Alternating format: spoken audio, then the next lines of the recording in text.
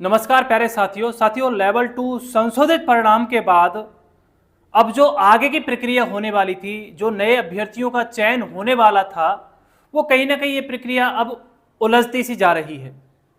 Board अध्यक्ष साहब का कहना है कि अभी वो 1 गुना का परिणाम जारी सभी पदों पर नहीं कर सकते, क्योंकि जो चयनित कैंडिडेट हैं उन्होंने स्टे लिया हुआ है कोर्ट से, उनको बाहर नहीं किया जा सकता, तो सिर्फ उन्हीं पदों पर ही चयन किया जा सकता है अब नए कैंडिडेट का जो रिक्त पड़े हुए हैं।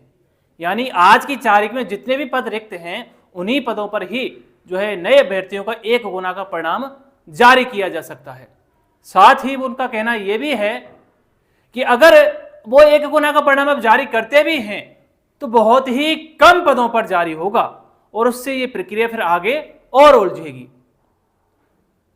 तो कई मायनों में ये थोड़ा सा समस्या का जो है सबब बना हुआ है। कई अभ्यर्थियों के मेरे पास भी कॉल्स आए कि भैया अब हमारे कई चयनित कैंडिडेट से नंबर ज्यादा हैं संशोधित परिणाम के बाद, और हमारा तो 2 गुना में भी नहीं हुआ है अभी। तो उनका भी कहना सही है।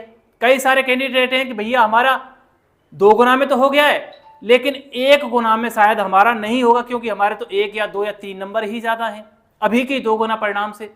लेकिन हमारे पहले से चयनित कई कैंडिडेट से नंबर ज्यादा हैं और उनके अब कम हो गए हैं संशोधित परिणाम के बाद। चूंकि संशोधित परिणाम तो सभी का ही आया है, तो कई अभ्यर्थियों के इसमें नंबर कम हुए हैं और कई अभ्यर्थियों के ज्यादा हुए हैं। ऐसे में कई चयनित कैंडिडेटों के नंबर कम हो चुके हैं, और अभी के जो कैंडिडेट जो अभी चयन जिनका नहीं हुआ है उनके नंबर बढ़ चुके हैं। तो निश्चित सी बात है कि वो भी ये बात करें कि हमारा भी अब सिलेक्शन होना चाहिए, हमारे साथ भी अन्याय नहीं होना चाहिए, क्योंकि हमारे अंक उन चयनित अध्यापकों से अधिक हैं। अब चयनित अध्यापकों को डर सताया हो कि उनकी नौकरी नहीं चली जाए, इसलिए लगातार बोर्ड अध्यक्ष भी इस बात को कह रहे हैं कि भाई अगर शैडो पोस्ट क्रिएट हो जाती हैं तो उनका भी भला हो जाएगा। सरकार अगर शैडो पोस्ट क्रिएट कर देती है जल्दी, तो हम भी आगे की प्रक्रिया इसमें जल्दी कर पाएंगे और सभी पदों पर है जो है रिवाइज परिणाम जारी करवाएंगे। यानी सिर्फ रिक्त पदों पर ही, सभी पदों पर ही जो है रिवाइज परिणाम जारी होगा और वो कैंडिडेट भी बाहर नहीं होंगे। और सरकार अगर ये फैसला लेती है कि शैडो पोस्ट क्रिएट नहीं होंगी तो निश्चित तौर पर यह मामला फिर से कोर्ट में उलझेगा, क्योंकि ये अभ्यर्थी थोड़ी ना इंतजार करेंगे लंबे समय तक।